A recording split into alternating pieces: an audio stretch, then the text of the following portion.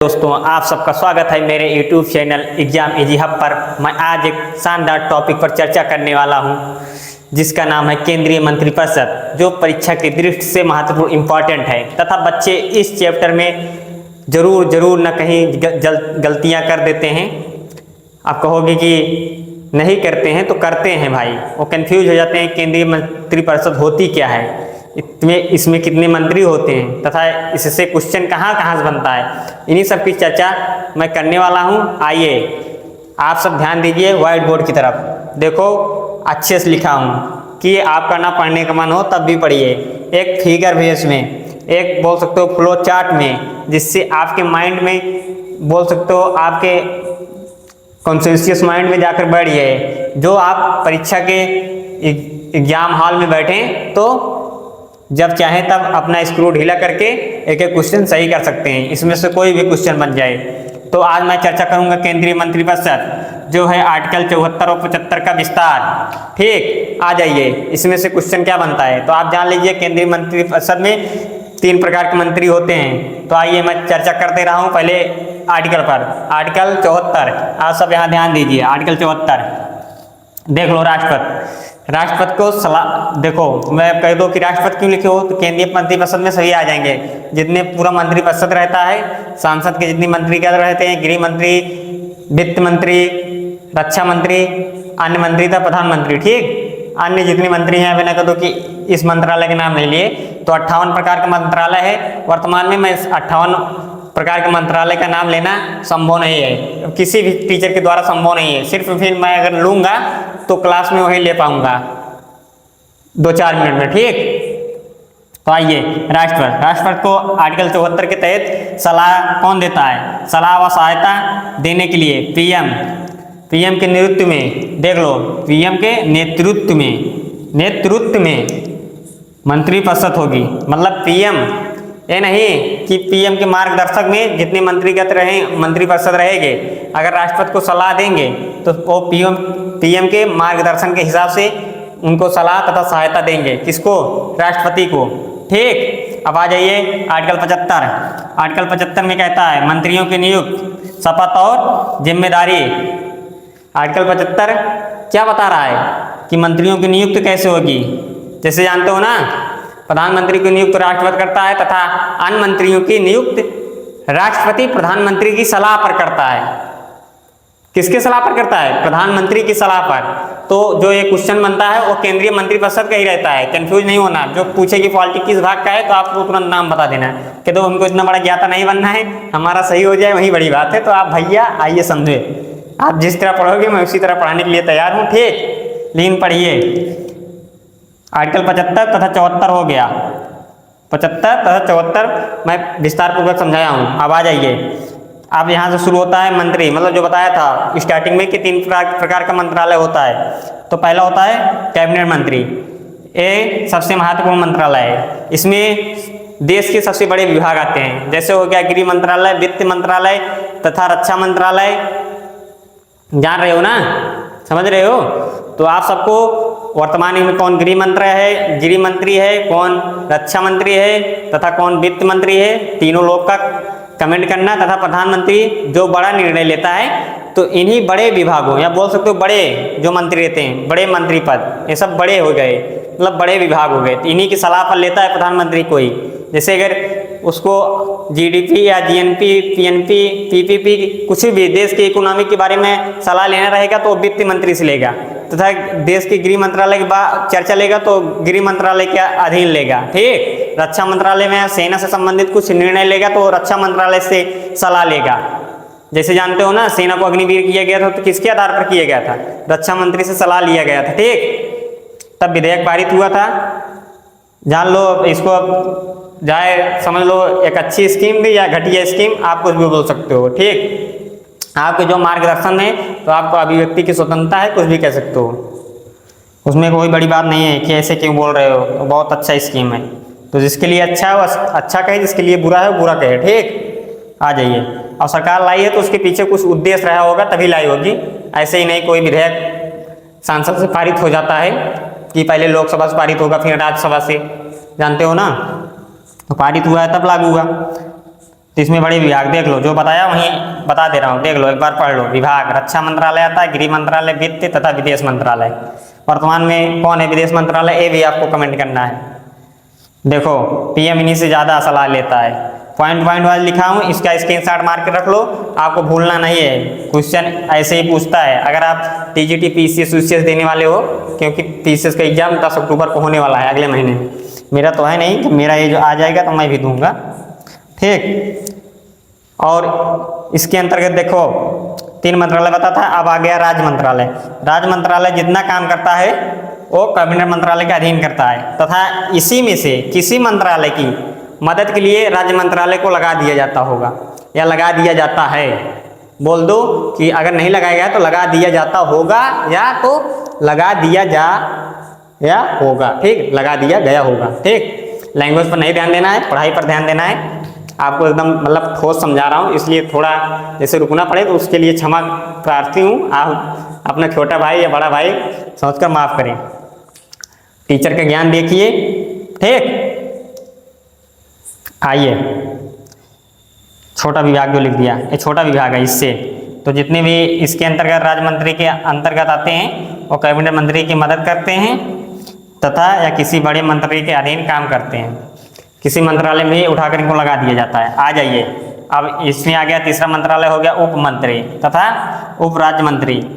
ये और छोटे होते हैं, देखो लिखा हूँ, कह दो जो लिखो वहीं पढ़ा हो तो उसको बता दूं, ये और छोटे होते हैं तथा वर्तमान में इनकी बहुत कम नियुक्तियां की जाती है। इनको थोड़ा बहुत काम समाज के सुरक्षा के लिए या बचाव के लिए दे दिया जाता है कि आप जैसे आप 500 मीटर आप ही मंत्री हैं, ठीक है, आप 2 किलोमीटर की सड़क बनवा दीजिए।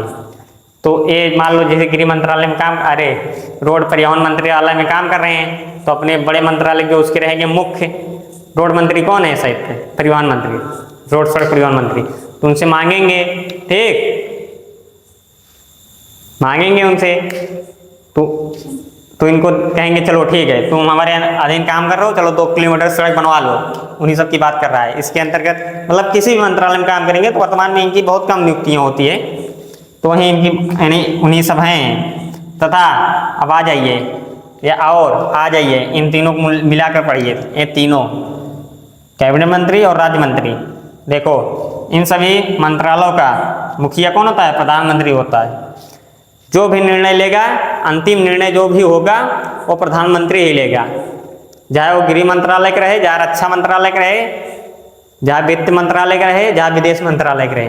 आपको ध्यान रखना है कि सलाह लेता है, लेकिन जो निर्णय लेना, मतलब आप जानते हो घर में आपके पापा होंगे तो पहले कोई काम करना होगा बड़ा, या कोई कुछ भी बड़ा प्रोजन करना रहता है, तो जैसे आपके पापा के भाई होंगे, 2-4 भाई होंगे, या आपकी माता जी होंगे, आपके जैसे आपके चाचा वाचा में नहीं बन रही है, तो आपके जो आपके बड़े भैया होंगे उनसे सलाह लेते होंगे, और आपकी मम्मी से कि ये काम कैसे किया जाए। तो इसी हिसाब से समझ लो कि आपके घर में भी मंत्रालय चलता है, तरह तरह के मंत्री रहते हैं सलाह देने के लिए, ये नहीं ऐसे करिए पापा, ये अच्छा रहेगा, ऐसे करिए। तो उन्हीं सब है, घर से रिलेटेड करके समझ लीजिए।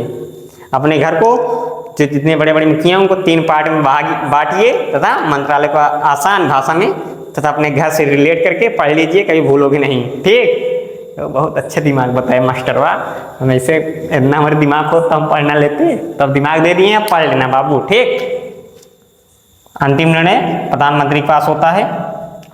कोई कितना भी सलाह दे दे, लेकिन पता लगा प्रधानमंत्री की मूड़ी सनक गई, नहीं तुम गलत दे रहे हो, तो जो कहेगा वही होगा। आप कितनी अच्छा उसके समक्ष स्कीम प्रदर्शित कर दो। अब आ जाइए आगे, एक और महत्वपूर्ण चर्चित फैक्ट, इंपॉर्टेंट फैक्ट बोल सकते हो। मंत्रिपरिषद सामूहिक रूप से संसद के प्रति जिम्मेदार होता है, ठीक। अगर संसद में अविश्वास प्रस्ताव पारित हो गया तो जितने मंत्री रहेंगे सभी को इस्तीफा दे देना पड़ेगा। संसद में अगर अविश्वास प्रस्ताव पारित हो गया, क्या अविश्वास प्रस्ताव पारित हो गया तो जितने मंत्रीगण रहेंगे सभी को इस्तीफा देना पड़ेगा। ये महत्वपूर्ण है, इसीलिए यह लिखा हूँ, संसद प्लस अविश्वास बराबर इस्तीफा, ठीक। ये मेरा कोडिंग बोल सकते हो, याद करने का तरीका या कोडिंग लैंग्वेज है, मैं ऐसे ही लिखता हूँ। बाकी मैं समझ जाता हूँ क्या लिखा हूँ, आप नहीं समझ पाओगे। आप भी अगर अच्छे से पढ़े होगे तो समझ जाओगे या समझ गए होगे, ठीक। आ जाइए आगे, एक महत्वपूर्ण फैक्ट देखिए, 91 संविधान संशोधन जो हुआ, ये संविधान है, संशोधन है, ठीक। 2003 के अनुसार कुल संख्या लोकसभा के 15% से अधिक नहीं होगी। मतलब आप कितने भी मंत्री बना लो, आप प्रधानमंत्री हो, आपकी पूर्ण बहुमत की सरकार है, तो ये नहीं कि आप 250 मंत्री की नियुक्त करोगे। वो लोकसभा के 15%, देख लो 15% लिखा हुआ, ध्यान देना, 15% ही मंत्री की नियुक्त कर सकते हो। तो जब आप लोकसभा में जितनी सीटें हैं, अगर उसका 15% निकालोगे ना, तो वहीं 82 से 85 मंत्री आ सकते हैं। 82 से 85 के बीच में डाटा आता है जो पॉइंट में रहता है। तो इसीलिए अगर वर्तमान में, मतलब ज़्यादा से ज़्यादा, वर्तमान में तो इतने मंत्री हैं नहीं, लेकिन ज़्यादा से ज़्यादा 82 से 85 मंत्री की प्रधानमंत्री नियुक्त कर सकता है, ठीक। इसको ध्यान देने योग्य बात। और एक क्वेश्चन बहुत ज़्यादा पूछता है, क्या ज़्यादा पूछता है, आइए कह दो, बताइए तो बहुत जाना, बता रहे हैं बाबू, गुस्साइए मत, आइए। नहीं कह दो आके आज तो बहुत स्पीड में लेक्चर फेल के चले गए, मैं नहीं पढ़ूंगा, जा तुमसे नहीं पढ़ूंगा। अरे पढ़ो बाबू यार, मुझसे पढ़ो, मैं अच्छा पढ़ाऊंगा, मैं ऐसा पढ़ा दूंगा ना, कोई पढ़ाने वाला है नहीं मेरे एज के जो हैं उनसे टक्कर लगा लीजिए। मैं बता रहा हूँ भाई, अब इतना भी घमंड नहीं है कि बाकी जो मेरे एज के हैं, एक 20 साल का लड़का जो है उसको खड़ा करा दिए, मैं उससे अच्छा समझाऊंगा। एक है तो आपका घमंड है, घमंड नहीं भाई, मैं जो पढ़ा हूँ ये मेरा आत्मविश्वास है, ठीक है। तो आत्मविश्वासों का तो लगे डूबा था, आपको बतिया सही है, लेकिन आपका एकदम डाउन टू अर्थ या earth to down, earth to up बोल सकते हो, कुछ भी बोल सकते हो, जो आपको अच्छा लगे रिलेटेड कर लीजिए। वैसे ही जोड़ने का प्रयास करता हूँ कि आप एकदम कॉन्सेंट्रेट माइंड के साथ बैठें और एकदम व्हाइट बोर्ड पर फोकस हो सकें तथा अच्छे से समझ सकें, ठीक। ये बहुत पूछता है कि 15 अगस्त 1947 को कुल मंत्रालयों की संख्या कुल कितनी थी। तो आपको वहाँ विकल्प मिलेगा 18, 12, 20, या मिल जाएगा इनमें से कोई नहीं, या तो 58 उठा कर दे देगा जो वर्तमान में है। तो आपको वहाँ ज़्यादा ना सोचते हुए 18 को टिक करना है, ऐसे ऑनलाइन रहे तो, बी पे रहे तो बी, ए पे रहे तो ए, सी पे रहे तो सी, डी पे रहे तो डी, तो गोला भरिए, आगे बढ़िए, ज़्यादा सोचिए मत। अगर वर्तमान पूछे 1947 पूछे तब तो 18, वर्तमान पूछे तो 58, और इसके कुल 93 विभाग हो चुके हैं वर्तमान में, 58 मंत्रालय है, ठीक। और इसके विभाग हो चुके हैं 93। तो आपको बता दूं कि मंत्रालय से प्रश्न कैसे पूछता है। तो यही पूछता है, क्या पूछता है, कहते बताओ तो भाई। पूछता है जैसे वनडे एग्जाम में जाता था, क्या प्रश्न पूछता है बता दे रहा हूँ। जो मंत्रालय केंद्रीय मंत्रिपरिषद का जो प्रश्न पूछता है, इसमें से सबसे इंपॉर्टेंट जो रहता है बता रहा हूँ कि पूछता क्या है। आप समझ नहीं पाते हो कि ये पॉलिटी किस क्षेत्र में आता है, तो आप आर्टिकल याद करे रहते हो कि इस आर्टिकल के तहत, लेकिन मैं बता दे रहा हूँ कि पूछता क्या है। तो ये पूछ लेता है कि देश के प्रथम रक्षा मंत्री कौन थे, देश के प्रथम गृह मंत्री कौन थे, देश के प्रथम वित्त मंत्री कौन थे, देश के प्रथम विदेश मंत्री कौन थे, देश के प्रथम राष्ट्रपति कौन थे, देश के प्रथम प्रधानमंत्री कौन थे। तो वनडे एग्जाम में यही सब पूछता है, आपको वर्तमान में याद रख लेना है तथा ये सब भी जाकर या पूछ लेता है कानून मंत्री कौन थे, शिक्षा मंत्री कौन थे, तरह तरह के। ते वनडे एग्जाम का क्वेश्चन है कि यही पूछता है। आप खटाखट जाकर अगर नहीं याद है तो याद करिए तथा वर्तमान में भी याद कीजिए कि अपने देश में कौन वर्तमान में कौन मंत्री हैं। यह हर एग्जाम में पूछता है। जैसे सीएल में एग्जाम चल रहा है ना, आप तो इसका रिव्यू नहीं करा देने रहे, नहीं तो यूट्यूब पर देख तो चिल्लम चिल्ली मची रहती कि मेरे पढ़ाया हुआ आया है, मेरा पढ़ाया हुआ आया है, ये मेरा पढ़ाया हुआ आया है। मज़ा आता, सभी देखने बैठे रहते, लेकर जिनका पेपर हो गया तो मज़ा लेते, जिनका नहीं होता रहता तो इसी यूट्यूब पर बैठे रहते कि कोई आकर रिव्यू करा दे कि आज का एग्जाम कैसा रहा। तुरंत खट दे वीडियो ओपन करते, देखने लगते। जीके जीएस तो जरूर देखते हैं सब बच्चे, या मैं भी हूँ या कोई दूसरा एनी पर्सन, ठीक, देखते सभी हैं। तो आपको इसको जाकर देख लेना कि कौन थे। आप कहते बताए क्यों नहीं रहे हो, तो नहीं बताऊंगा, आप सब आलसी हो। आप कहते याद क्यों नहीं है, अब ज़्यादा समझ लो मुझको याद नहीं है, ज़्यादा समझ लो कि मैं बता नहीं रहा हूँ। अगर आप देख लेंगे तो वर्तमान में भी देख लेंगे और प्रीवियस ईयर भी देख लेंगे तथा ये भी देख लेंगे कि इसमें ज़्यादा पूछता कौन है, ठीक। Bye bye, take care. मैं मिलता हूँ अगले नेक्स्ट कंटेंट के साथ, अगले बेहतरीन शानदार ठीक। और कैसा लगा आज का वीडियो कमेंट करना, तथा जहाँ कुछ अच्छे ना समझा पाऊँ तो कमेंट कर दीजिए कि इस टॉपिक पर मुझे थोड़ा कम समझ में आया, तथा थोड़ा स्लो पढ़ाया करो तो मैं स्लो भी पढ़ाऊँगा। ठीक, बाय बाय दोस्तों, जय हिंद। मैं मिलूंगा अगले नेक्स्ट कंटेंट के साथ, और जानदार या शानदार बोल सकते हो।